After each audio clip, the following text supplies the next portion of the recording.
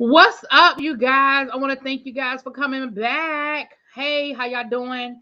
I have my two special guests tonight. We are here to talk about Insecure, and we're about to get them up here. I have special guest Darren Green from the Darren Green Show. Hey, Hey, how you doing? How y'all doing? I'm good. I'm good. And of course, we have L Teddy 27 in the house. We're here to Hey talk there. all things insecure. Let me share this out because I just went live. YouTube may or may not do the notification thing. So let me share it out. Y'all share it out on y'all channel so that the people know where we are. And we about to get this party started. Evie said, yes, we are back, honey. Mm-hmm. So while y'all are sharing that out, I want y'all to think about how y'all felt about this episode. Whew. A big improvement. Let me just say. I think the character that or the actor that plays Kelly, she directed this show. She directed this episode. Oh, really? Yeah, because they talked about it in the Well, last week's episode was directed by, I gotta remember, but I remember seeing the name flash up, and I was like, "Oh, I know El Teddy's going to pick up on this." I can't remember, but it was a celebrity. It was like Halle Berry or somebody. No, yeah. Oh shoot, my girl, Olivia Pope. Kerry Washington. Kerry Washington directed last week's episode. The week before. Yeah. Okay. Well, for me, it's not that I didn't have a problem with. I wasn't big on this episode. I'm just gonna put it out there. If I had to give it a grade, it probably would be a D plus. Really? This one that just really? Yeah. Okay. Mm-hmm.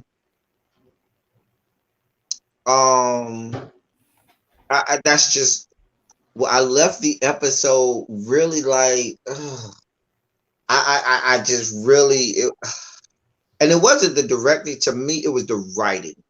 Because directors can only just, they still are boxed in with what the writers write. They still have to interpret what was written. You see what I'm saying? Mm-hmm. The actors get the script, and so forth, and they get, and the director can kind of nuance things and, make, little minor changes, but they're still, stifled by what is written. And there were parts of the writing this week that just really irked my nerves. I think there were individual parts that were good, but when you meshed them all together, it was like, but I don't know. Well, for me personally, I felt the total opposite. I really liked this episode. I feel like it was vintage, Insecure, but we're gonna get into it. So that's why I love these panels. Everybody has a point of view. Everybody sees it the way they see it. And so let's get into it, y'all.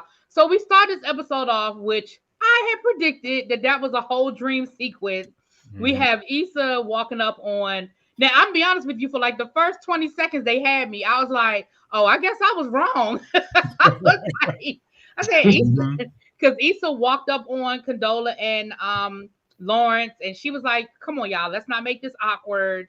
And she picks up the baby. Well, she asked if she says he's cute, and Condoleezza Rice said, do you want to pick him? Do you want to hold him?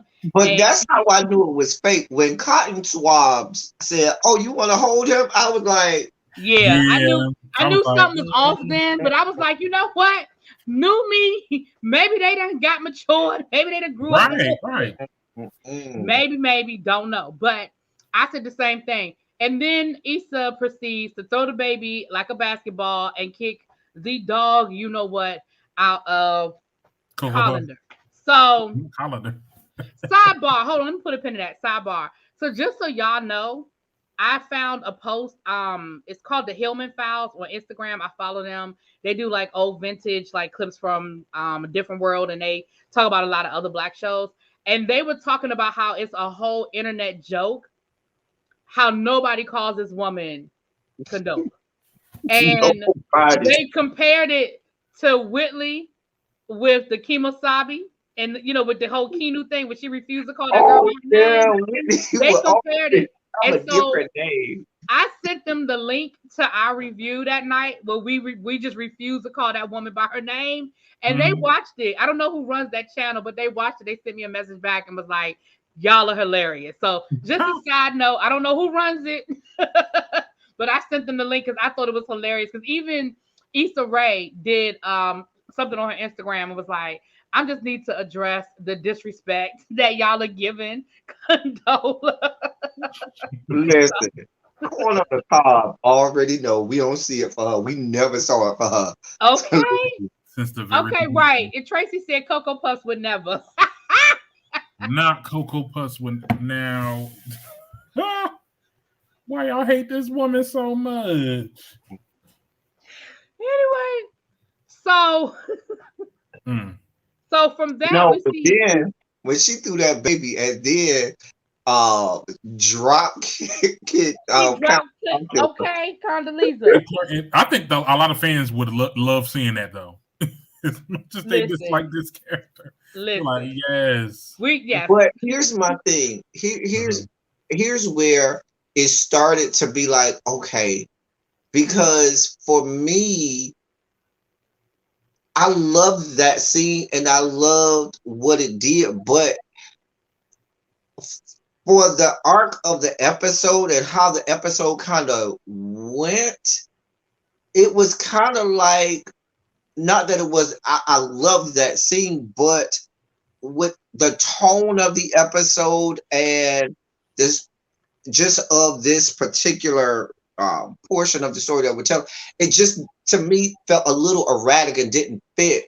And when you're gonna if you're gonna have those little comedic little parts like that, have it fit where, and I know we got another one of that. We got that again later on, but even when they did it again later on, it was like it lost something when they did it again. That should have been a one-time thing. It just didn't fit with the whole narration of the storyline. So for me, the writer in me is like, okay, that was cute, that was funny, I laughed, it was cute, but I was like, it just doesn't fit. It doesn't go with what everything that's going. The total opposite. I felt the total opposite.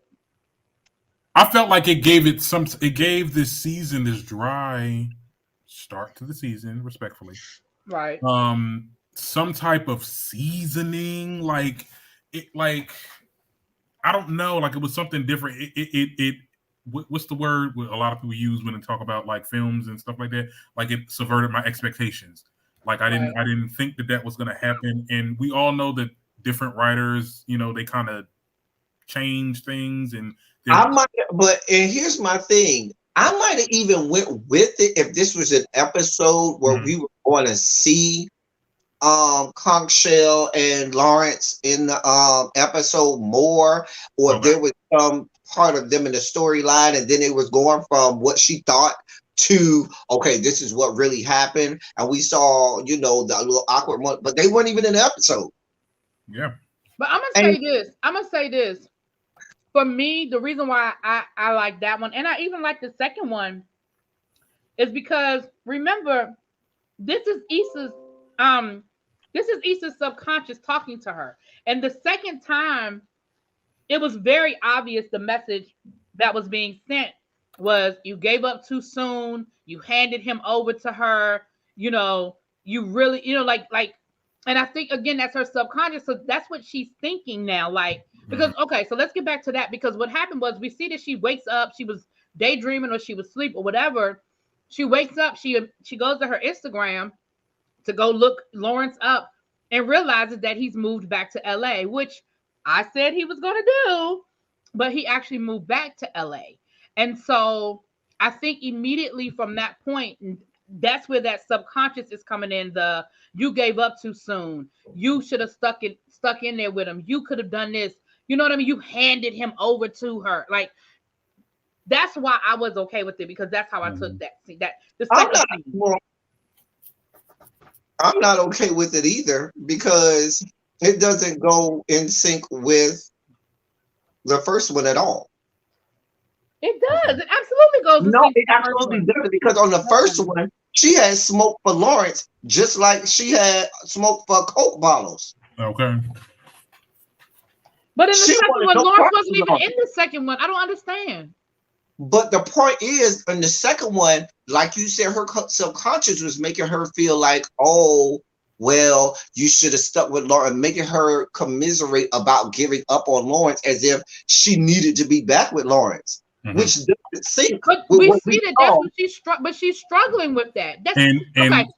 Go ahead, Darren. Go ahead. Xavier Myers says like a really good comment here where it says it's literally insecurities coming to life. That's kind of what this show is. Exactly. And it was visualized, which made it like a moment that was like, like where, okay, this is something different that they tried, and this is something that maybe it wasn't good or maybe it was good, but it's something. You get what I'm saying? And like I said, my problem isn't with those. I loved the scene, but for me, I would have loved to have seen those scenes in an episode with Lawrence, Lawrence and Caterpillar. You know what I'm saying? Where no, I don't see it, but okay, it's cool. I'm just saying for me, only for me, and that's cool.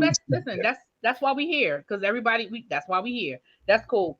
So we immediately after that we find out that Issa is filling in for Molly. Molly is on her retreat, and Issa is filling in, and she getting lunch for everybody down to the hospital. She flirting with Molly's brother. She is filling in and doing a damn thing. We see that Molly is on her retreat, and we get the impression that nobody at the retreat knows what's going on. I mean, we find out later on that that's true, but we get the impression that she's not sharing what's going on, and she's doing Molly, and she's just kind of in her own. Put my head down, get through it, make it happen, right? How y'all feel about that?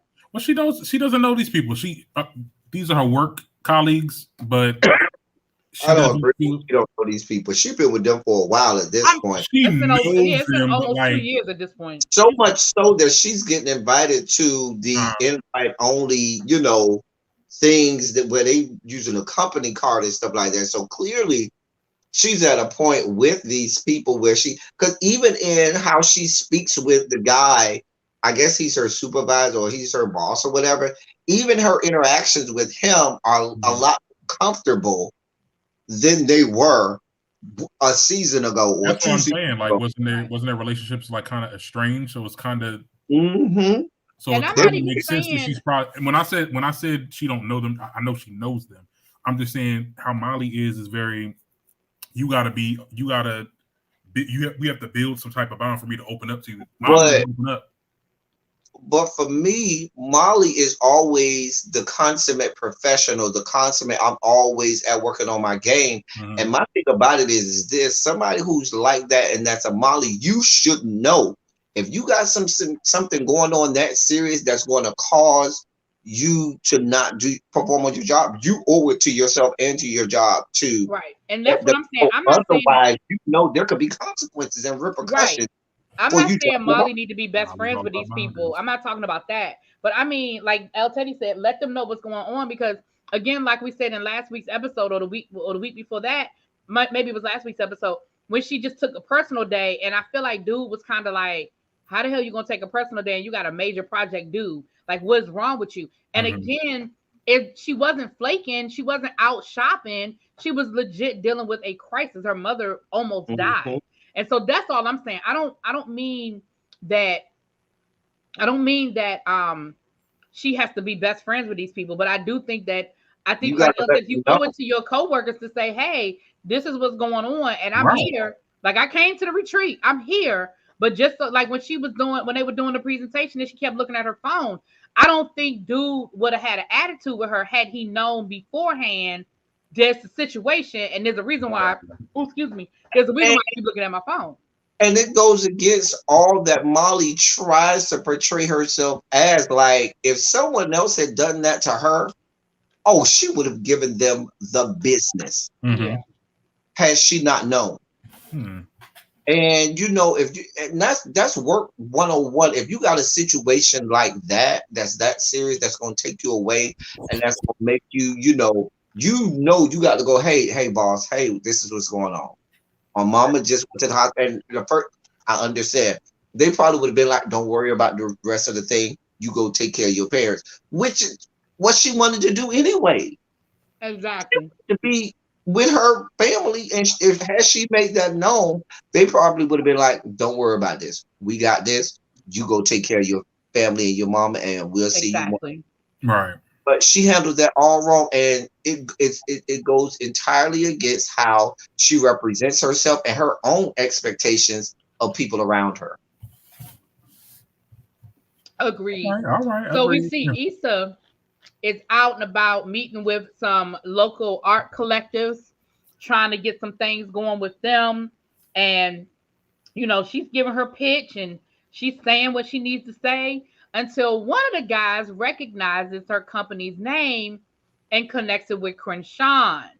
And the minute they hear that she is that person from the company that Crenshaw has been blasting all over the social media, they are no longer interested. So let go. How y'all feel about that? I'll start with Darren and then we'll go around to LT. I knew that was going to be an issue that needed to be talked about again. And she should have nipped this in the bud a lot earlier. But I get, you know, you got a lot that's going on. I think this part of the storyline is just why are we? I don't know. I feel like she has her business established. Why have like some other force that's trying to like get her blackballed or something like it? I don't know. It just seems like another dummy mission to me. I didn't feel that. I didn't really feel it. Oh, Teddy. Here's my thing. My thing is she never handled the Crenshaw situation, because once Crenshaw started this hashtag or whatever, baby, and now you don't put me out there, all bets are off. Listen, it's going to be scorched earth from here on out, because you've already put me out there. Well, then since you want to go down this road and mess me up with my possible clients, let me do you the same favor, because I would let him know, hey, boo, see, my DM would have went something like this. Hey, boo, remember, I'm the one that got you with this clientele, and I know more people. So please be clear. Just like you want to put me out on Front Street for the viewing public, I will do the same thing for companies and industries where you're trying to get a leg up into, and let them know that you are the type of person that if anything doesn't go your way, you are going to try and blast them and put them on Front Street so they know not to do business with you, since this is how you want to behave. Problem, I agree with that whole taking the brownies over there and coming with your tail between your legs to these people. She basically offered her head on a platter for him, and he bodied her when she walked in that the factory or whatever. And he bodied her. It was like no way. It's no way. No, ma'am. So I agree with everything y'all said. First of all, it should have been handled immediately, right? The next day. And all that, I agree with you, El Sadie. All that showing up with brownies, no. We're going to meet in a professional environment. I mean, I understand she doesn't have an office space. We're meeting down to the Starbucks. We're sitting down. We're having an actual face-to-face sit-down meeting. We're going to get some things straight. And I understand the whole I'm a artist and I want to protect my brand and protect my vision and all of that. But let's be clear. Sir, you didn't have this opportunity until you linked up with me. And you might not appreciate the fact, first of all, she did have his back. She went to the boss's boss. And I think if she had sat down and had a professional conversation with him and said, listen, I did everything I could within the boundaries, because if not, the whole show wouldn't have happened. And if that's what you would have preferred, then cool. But understand that when they first gave me those notes, I didn't take no for an answer. I went to their boss and I was able to negotiate a middle ground. And this is the middle ground. And if you don't like it, then do it on your own. Do it without me and do it without the sponsor. And I wish you luck. Send me an invitation. But because you agreed to do it and you agreed to the terms that I laid out, you're wrong, not me. Yeah. Yes, it worked out, but it could have just as easily gone in the opposite direction. Like, I don't even understand how he has all this smoke and energy. Like, she just wronged him and did, bro, you did everything you wanted to do. You did right. You did what you wanted to do. And again, I understand if he was frustrated because he was like, well, I'm an artist and she didn't have my back. She was between a rock and a hard place. She wanted to, again, I think if she had done a better job of articulating what she did do to try to allow him to do everything he wanted to do, and this is where we ended up. That's the part that I don't think he understands. Yeah. And also with Issa, or doesn't care. I do feel though when she did come in with those brownies, look, Issa, this isn't a quick fix, and I guess coming in with the brownies you already looked ungenuine. It looks patronizing. It looks patronizing. And has that way of she can be a genuine person, but sometimes it may not look genuine. So that's why she was like, "Oh yeah, this is all fake. She's trying to butter me up, or this, that, and the third. So I'm not even going to have it." And that's why The other thing is for me too. Even after the brownie situation, she tried to come in and be all comedic and happy-go-lucky. This ain't time for that. And I think that, to me, that small situation was kind of like my thoughts on the whole episode, where when you had moments, the little comedic moments, which were genuinely funny, I was like, in my brain, it was like, this is not the time or place for that. This isn't the episode for that. And so I kind of, when Crenshaw saw her, like, girl, you over here laughing at Kiki, I'm not on that.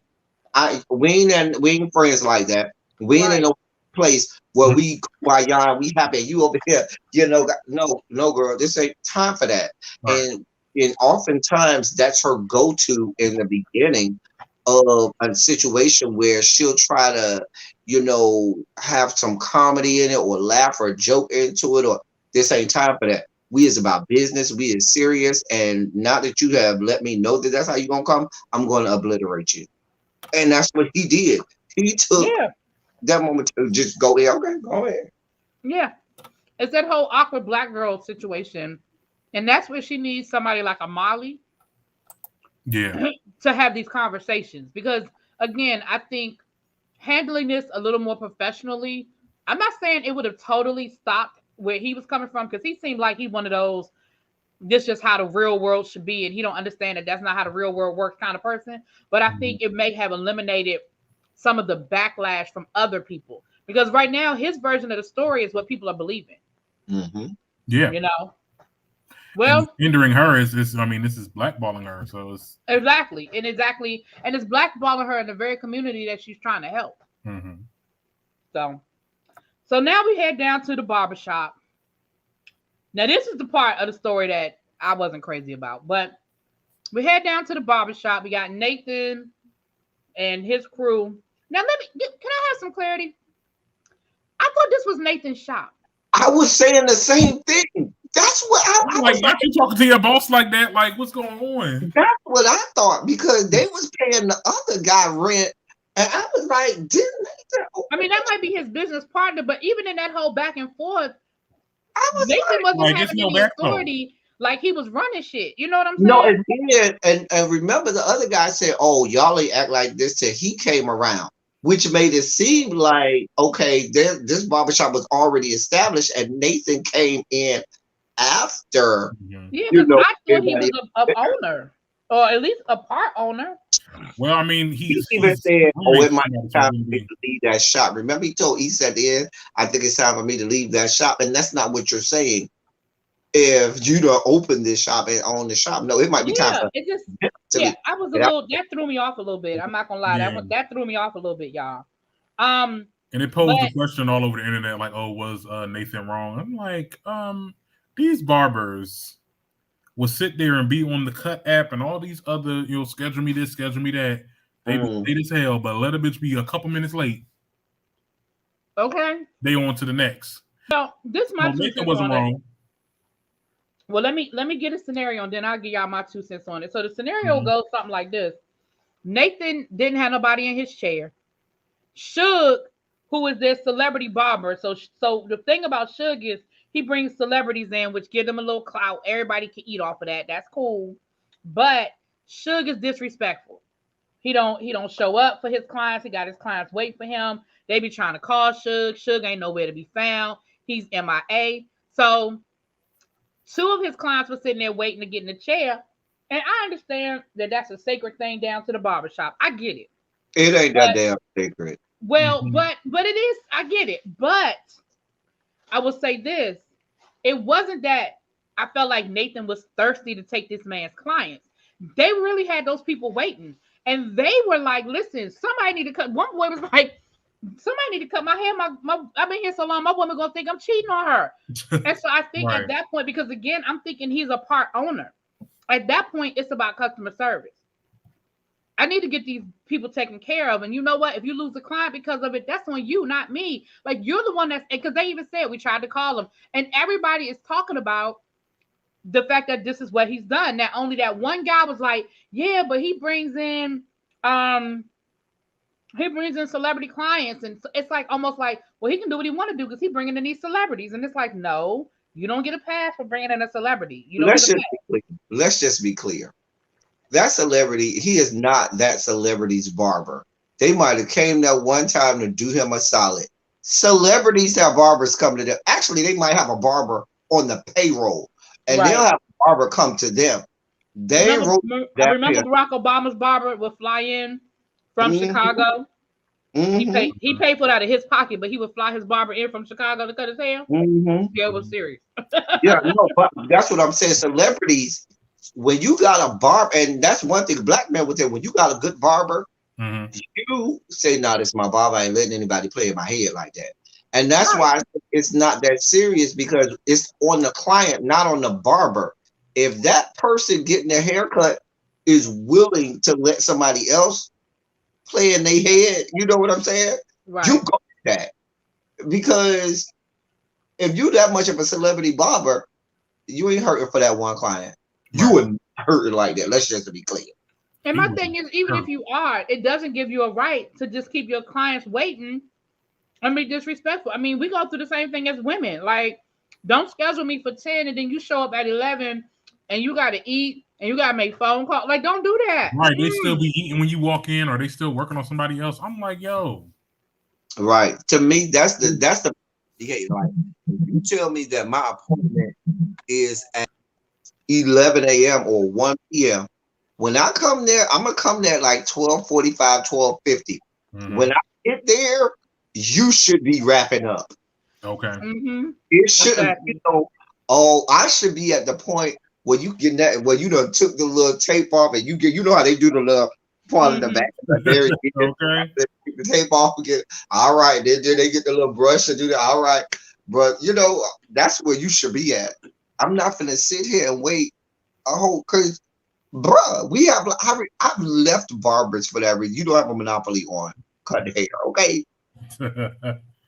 Period. No, I'm just saying. You're gonna respect my time and respect my money. You ain't gonna see me for a minute, okay? Right. Respect my time and respect my money. You know. So he got mad at Nathan.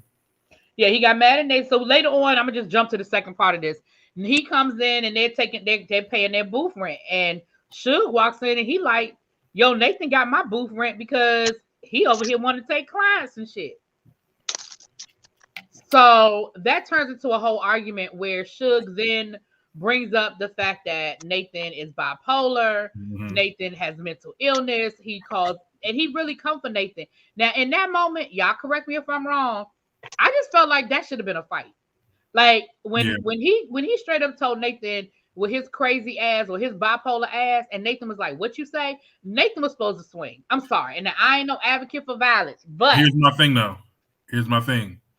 He is bipolar, and I guess that would have been expected of him if he would have attacked him. You know what I'm saying? Like, oh, he's crazy. Like, you know, like, so I think he's sometimes even when it comes to like black people, like it's expected for us to be like ghetto or this a certain way in the eyes of like white people, and then we choose not to give that to them. You get what I'm saying? Because, you know, oh, he's just gonna wild out anyway. So I think that's what he wanted to hit him. Probably he wanted to have that moment with him, but like I feel like they're gonna think that I'm crazy anyway. So let me just pay it. That's what I got from it. I hear you. He was supposed to hit him. And let's talk about the ableism in the black community, like for real. Like he jumped right to the jugular, like, oh, you crazy, you bipolar, you. I'm like, Lord. I mean, how did he know that? Like, I just don't feel that Nathan told him that. But weren't they cool last couple episodes? Like, it was all good in the neighborhood. I thought it was the other guy who said that he ate his lunch that went to the party with them. It was the other guy, the one who said, "Oh, he ate my lunch too." Yeah, that's the one. Suge That's the one showed up late with the pizza. That's the one who was Nathan's friend. Oh, Suge was the one with the pizzas? Suge was the one that showed up with the pizza late. He was late, remember? Oh, That was Suge. The one that said he stole my lunch is the one that was like Jason Derulo. That went to the Jason Derulo concert with them. That was him. Yeah, that was him. And see, you don't tell your secrets to everybody, child. Because that was the other thing too. I was like, why is Nathan telling everybody his damn business? Mm-hmm. Everybody but Issa. Ooh, let me stop. Oh, well. I don't know that Nathan told him that. That's what I'm saying. I feel like I told El Teddy earlier, I feel like Nathan told somebody in the shop. And I don't think Nathan told Suge, which is another reason why I think Nathan's attitude was, yeah, I don't think that's my spot. Because I think he did confide in somebody, but I don't think it was Suge. But the fact that Suge knew his business, I think he was kind of like, well, damn. You know what I'm saying? That's how I felt. I don't feel like he told He did say I can't trust them. He did say I can't trust them no more. Yeah, that's how I took it. I felt like no more. So that means he probably told him something and something went down. And he was like, all right, well, I ain't telling you shit. But at that point, it was too late. You probably done told too much. Well, I don't know. That was my attitude about it. I think Nathan is really trying to change and trying to be better himself. So it's like he's not falling into his, I guess, psychosis, if you will. I don't understand why he didn't. I'm just telling you, he was supposed to. He was supposed to. I see every review saying. I don't understand none of it. Every review said the knuck in your butt. Yeah. Uh-huh. Well, El Teddy, how do you feel about it? What you think? I'm trying to not be El Teddy right now. Oh Lord. Nah, do it. Go ahead. Well, that's what the people here for. That's what the people El Teddy is the consummate pessimist. And I think me and you talked about how I hated this scene and how I hate that this show historically writes horribly for men. It does not. The writing room does not know how to write for Black men. They just don't get it right. They just don't. They do not get it right. And it's just like when you have a show about Black people, but the writing room is all white. Okay. And Black people looking at the show like, that's kind of not how we would react. But the whole writing room is white and the show is giving passes on it. And I think that people have talked about this from season 1 all the way till now. And I think we've given a pass because we do enjoy the show. We do love it. We do even love the writers. But this episode, to me, spotlighted and highlighted so much of their limitations in the writing room with writing for men. Just because Prentice Penny is the showrunner, he may not be in the writing room. Now, he may be, I don't know. Mm-hmm. But like I said on my review, whoever is in the writing room with the twig and berries, they're either not speaking up or not allowed, or speaking up and not being heard, or being out. You know, I don't know. But that's been an ongoing issue from the very beginning of this show, because even at the end, and we'll get there, that last conversation between Nathan and Issa at the end, yeah. Mm-hmm. Yeah, I don't know. I mean, do you see it that way, Derek? Because I could be wrong. Maybe it's just me. Maybe I'm the way that they write for men characters. Well, yeah. I mean, I can see the lack of knowledge. Maybe they should have had more male writers to write for these characters.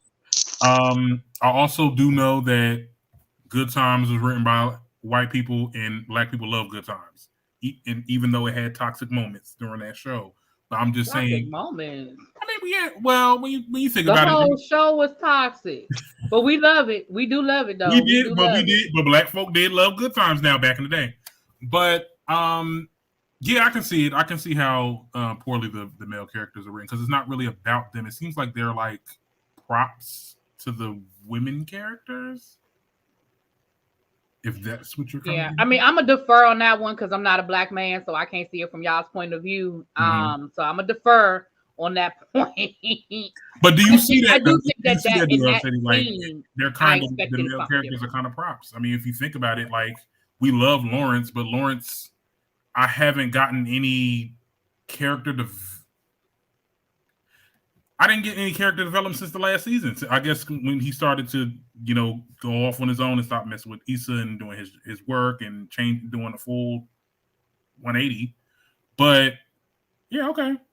You definitely got. I mean, I think we've seen a lot from Lawrence. I mean, from where we started with Lawrence, my gosh, like first season Lawrence, like Lawrence was just a whole fuckboy. Like, don't do wrong.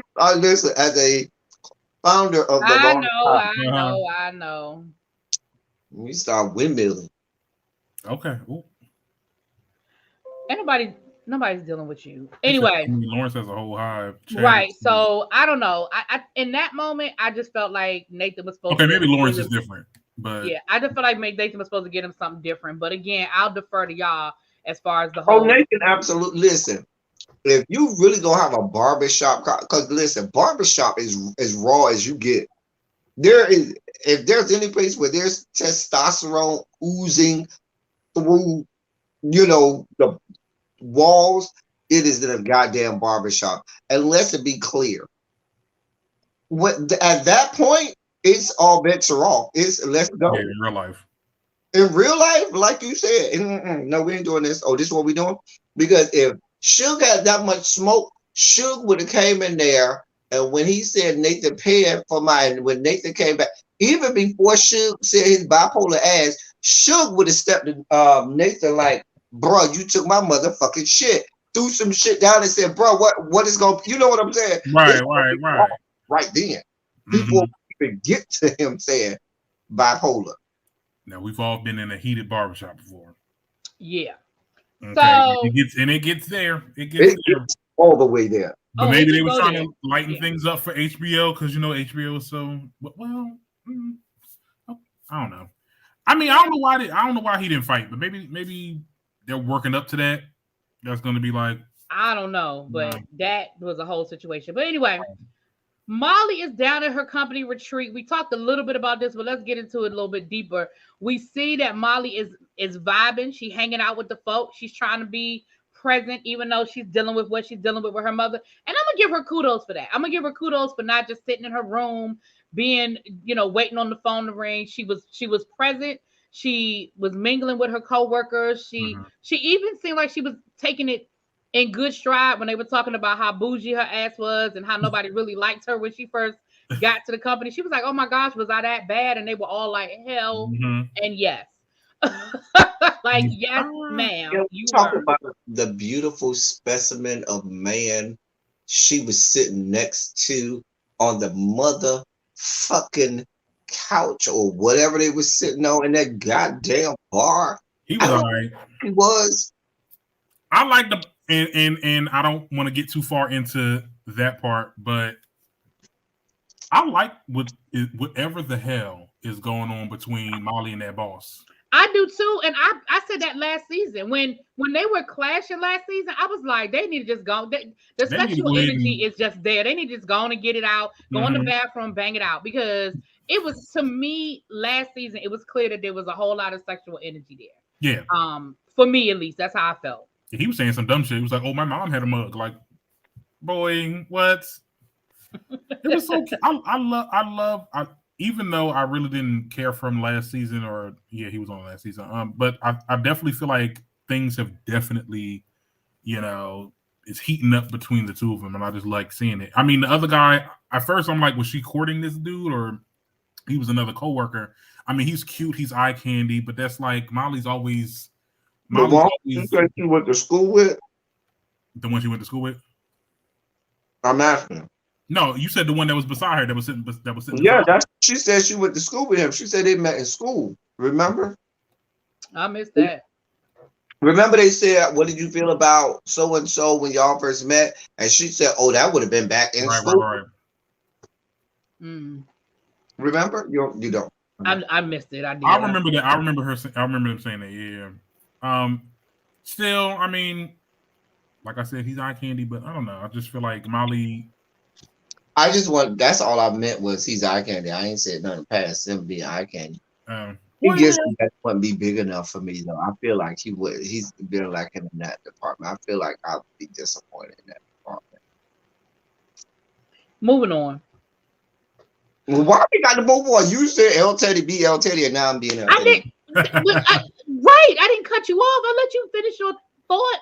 I give 6.5 inches, which would so the next morning, Molly wakes up in bed and she finds a man's watch next to her, and she is like, "Oh no, oh my goodness, oh damn, what did I do last night?" And I thought it was real slick. She was trying to say, "Oh, I found this watch on the floor nowhere near my room." But baby, and she had the audacity to ask him right there at the table, "Did we sit together?" I was like, "Girl." Yeah, I thought that was a bit much too. Because first of all, I wouldn't have even asked him at the table in front of everybody else. Exactly. I would have slid up to him on the slide and be like, "So did you leave your watch in my room last night?" I wouldn't. Yeah, I definitely wouldn't have been that bold out front about it. I definitely would have.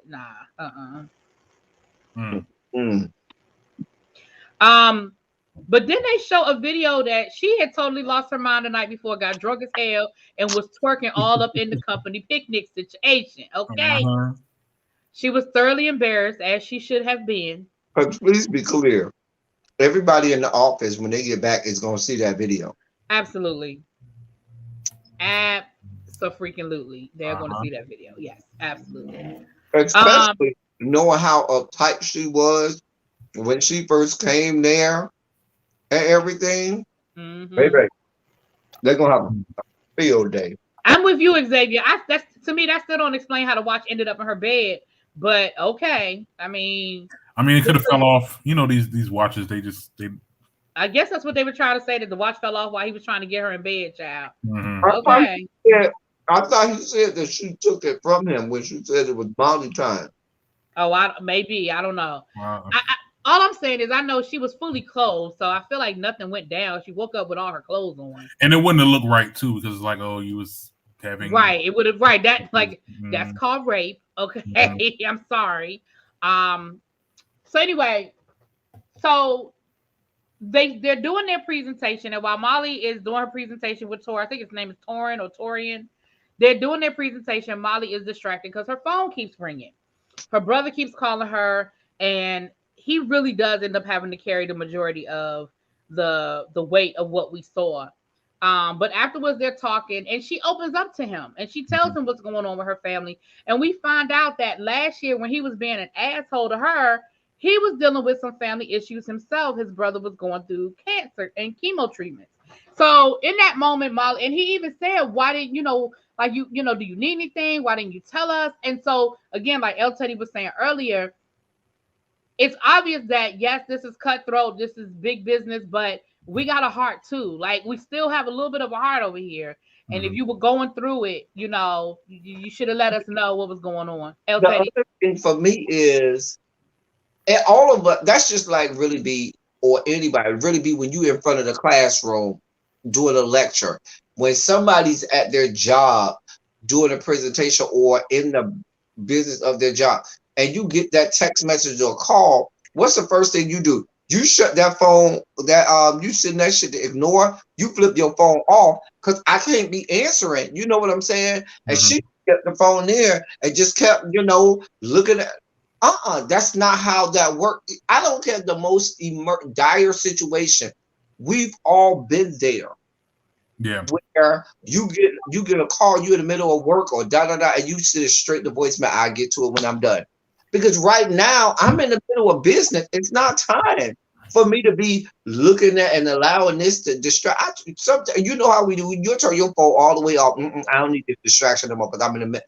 I can't stop in the middle, in mid sentence, and deal with whatever you got going on, no matter what the emergency is. And so, to me, that seemed. I'm not going to say unrealistic, but that's the only thing I can find because we've been there. And if you were going to continue to have your phone on and answer it, that's even more reason why you should have already told your boss, hey, I'm expecting phone calls from my family because of the situation. Otherwise, your boss is looking at you like, hey, bitch, what the fuck are you doing answering your phone? And we're in the middle of a goddamn presentation. Right. Mm-hmm. Agreed. But she worried about her mom. She's very family oriented. You know. So that's probably why she was, and that's just like that's a cliche. That's like a film or series cliche. It's like, oh, someone's texting and it always takes over what's supposed to be going on at the moment. So it was like, okay. I mean, we know why we seen that. Yeah, I see both sides of that, but I agree, El Teddy. Like, her family knew where she was, and especially since she said that her brother was texting her about some old bullshit. Like, come on, bro. Mm-hmm. But we do see that later on. She does get a positive phone call. Her mom is awake. She's got a long road of recovery. She's not verbal yet, but her mom is awake, and so that's good news. I feel like she lied about what he texted her about. I don't feel like that was the real reason he texted. I think she lied and said that. You think so? I think so because I shudder to believe her brother knowing she's at a goddamn conference. You understand? Because her brother had to know she's not just going to leave our mom in the goddamn hospital for no bullshit. So her brother had to know, listen, if you texted me, it better be something serious. Right. You know, for you to be because I'm in the middle of a work conference. I already don't want to go. So please only text me if you know it's something. And I just shudder to believe that her brother would be texting her to say, oh, well, is there such and such in Crenshaw? When Issa is right there taking care of the family or seeing to the family get, because he could have easily asked, hey, Issa, he could have asked anybody there. He could have Googled that shit. Okay. It was a bit much. It was definitely a bit much. I feel like she lied. So we already touched on this a little bit, but Issa's down to the food truck, child, her favorite place, and she has another vision of Condola rolling up on her at the food truck, and it's a whole lot of yeah, we definitely have the same taste, and you should have you gave up too early on Lawrence. Thank you for handing him over to me. And again, the way I interpreted that scene was I interpreted as that was her subconscious telling her, girl, you done gave me your man. And we already kind of touched on it, but if y'all want to add to it at this point, y'all go ahead and add to it. Same thing that was my favorite part is where cardboard cutout said, oh yeah, and his dick grew 2 inches, so that long stroke that you like, right? Real that's the part that would have got me. That's probably the part, and I understand that that's exactly the part that would have got you. You damn hoe. You already do. I was right. He's such a He is such a whore. Tell me you ain't pick up on that part too though. Exactly. I heard it like you heard it, but and I mean, you were like, ooh. I would say that was my favorite part. Everybody's here for a good long stroke. Every now and again, you good for a good long stroke, baby. Ooh, a good long stroke will take you a long way. Tell me you're fine. Okay. Because you got to be working with something to long stroke. You got to have the equipment to long stroke. Just saying. Moving right along. Honey, we done went right to the source, honey. Now. Right. So our final scene is we have Issa over at Nathan's house. He's happy to see her. He's hungry. He happy she bought some food. They get to talking, and Nathan, says that's when Nathan sort of drops a bomb on her. Like, listen, things ain't going too good for me right now. I think maybe this I might need to make a change. And at first, like El Teddy said, at first he said something about the shop, and then he said California altogether or LA altogether. And of course, now Issa's like, well, damn. Like, you just gonna make that decision. You're not gonna say nothing. You're not gonna, like, we ain't gonna talk about it. I saw it from a female point of view where I don't feel like she was making it all about her. I do think if we're having a relationship and we're building a relationship, I don't think it's ridiculous for her to expect that if this is what's on his mind, you can bring it up to me. Because the way he brought it up was sort of like, I'm just dropping this on you. This is what's happening. Boom. I don't feel like it was a conversation. But go ahead. Anything on her. First of all, from the time she was riding his dick to the let me ride that donkey, let me ride that donkey, massaging his areolas in bed, laying on. She's been clamoring and begging for him to say, I love you, I love you, I love you, because her stupid ass said it last week, right after she said she wanted to take it slow. And she's looking for him to say it, and he's not ready to say that yet.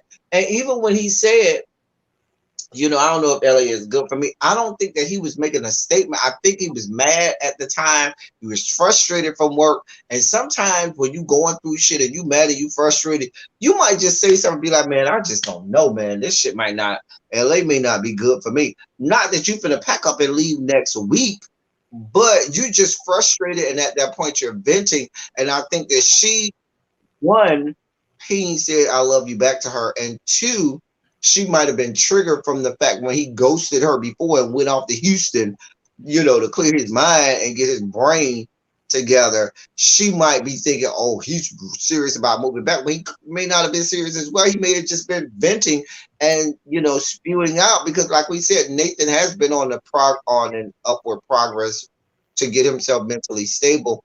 And he has stated over and over that he is committed to see where this, to try to see where this goes.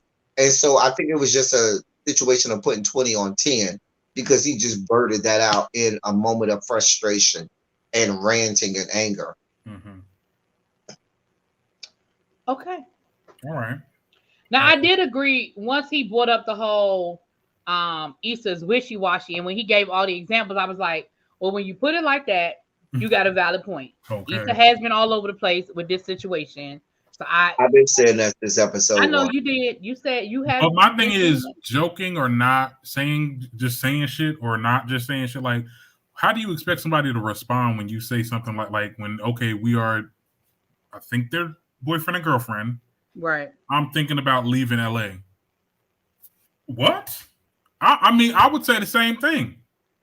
Me too. Like, I don't think it's ridiculous. I don't. I wouldn't have got as mad as Issa. I wouldn't have got as mad as Issa. I was like, well, let's figure it out. Let's see what's going on. Right. Or even you just say, listen, I had a bad day. I'm just venting. Like, we'll talk about it. Because both of them had bad days, and that was the other problem. Both of them had bad days, and I think they pivoted to the relationship rather than say, listen, my business is in trouble because this dude is all over damn Twitter blasting me and I don't know what to do about it. And him saying, listen, shit ain't going too good down at the shop because I broke, an unwritten rule, and dude was coming for me and he kind of, threw my mental illness at me. Because remember, this is like the second time in the last 3 episodes where his mental illness was sort of thrown at him. And again, it's kind of like when you're a drug addict. You're a drug addict and you out in them streets doing whatever it is that you do in them streets. El Teddy, okay, I guess he's having some problems. And you get clean and you don't want people to tell you their story. Mm-hmm. It's, I'm clean, get over it, it happened. Why you bringing up old shit? And it's like, no. You don't get to not respect my experience with your addiction. And it's the same thing, I think, with mental illness. Like, yes, I'm glad you got help. I'm glad you've been diagnosed. I'm glad you're dealing with the meds. But like the situation with his cousin, your cousin doesn't know all of this. Mm-hmm. And he has an experience with you. And it's not fair to him that you're blowing off or turning it around and making it about you when you was the one rolling up in and out his house in the middle of the night with his kids, leaving the doors open and stuff. Like, you can't throw that back and be like, why he's still tripping? What do you mean why he's still? And he doesn't know that you've gotten help. He doesn't know that you're on meds. Like, he doesn't know any of these things. I feel like they both don't open up, and maybe that's no. That's not gonna work for them. But someone said in the comments, Issa don't love him. Well, he might. If Issa don't love him, I've been saying that from the beginning. She'll love him. I agree. I think he's convenient, and I think he was a good distraction. But I don't think Issa loves him. I agree 100%. Why say it though? Like, I don't, and that's why I don't get. I love Issa. I think she loves him. I'm talking about, oh, we gonna try and get together. Episode before last, I was like, what? Like, what is right? No. Yeah, someone said Issa hasn't grown at all. Right. She hasn't. I don't know. I don't think she knows exactly what she wants. As far as, okay, I think she got it in the friendship department, but the relationship department and the business and all this other stuff that she goes through, it's just like, what are you doing with your life? And it's going to end for us because this is the last season. How are we going to conclude? And it goes back to our conversation about these episodes.